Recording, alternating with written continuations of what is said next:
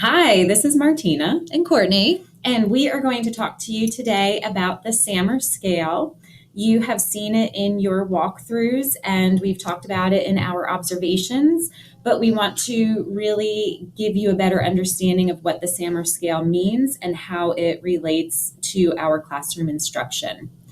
One of the easier ways to think about it is think about when you're ordering Starbucks. You can simply substitute coffee for the homemade version, or you can order a pumpkin spice latte, which truly redefines an espresso drink. All right, so the S in SAMR stands for substitution, which basically means that we're using technology, for most often a computer, to perform the same task that we were doing before the use of computers. So having students print out a worksheet, finish it, pass it in, or having students type up a paper on the computer versus, we'll get there.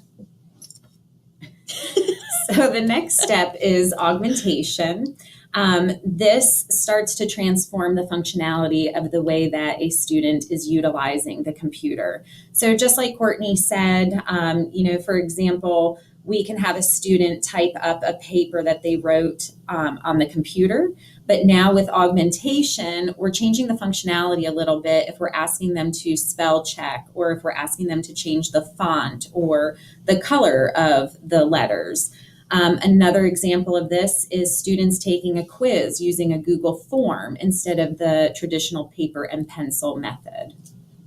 M stands for modification, and that's where we're really modifying what we're doing by enhancing it. So if we add, if students are writing an essay and we add an audio recording of them or a Google Draw, we usually do need computer technology for the modification step.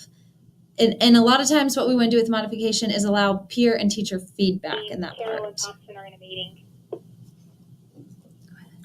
So now we get to the last one, which is redefinition. This is where the computer technology allows for new tasks that were previously inconceivable before.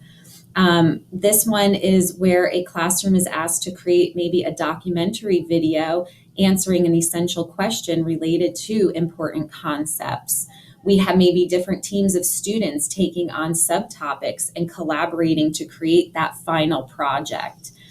At this level, the common classroom tasks and computer technology exist not as an ends, but as supports for that real essential student-centered learning.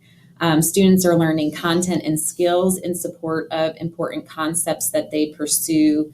The challenge of creating a professional quality video. So we're taking something that we could have done in front of the class and creating a video working in collaborative teams. There is a really good Nearpod blog post that we are going to send out or upload to the drive that really walks you through each step of SAMR a little bit more in detail and gives much better examples than we just provided right now. But we'll send that out. Keep your eyes out for it and let us know if you have any questions. We will be here to help you. Thank you.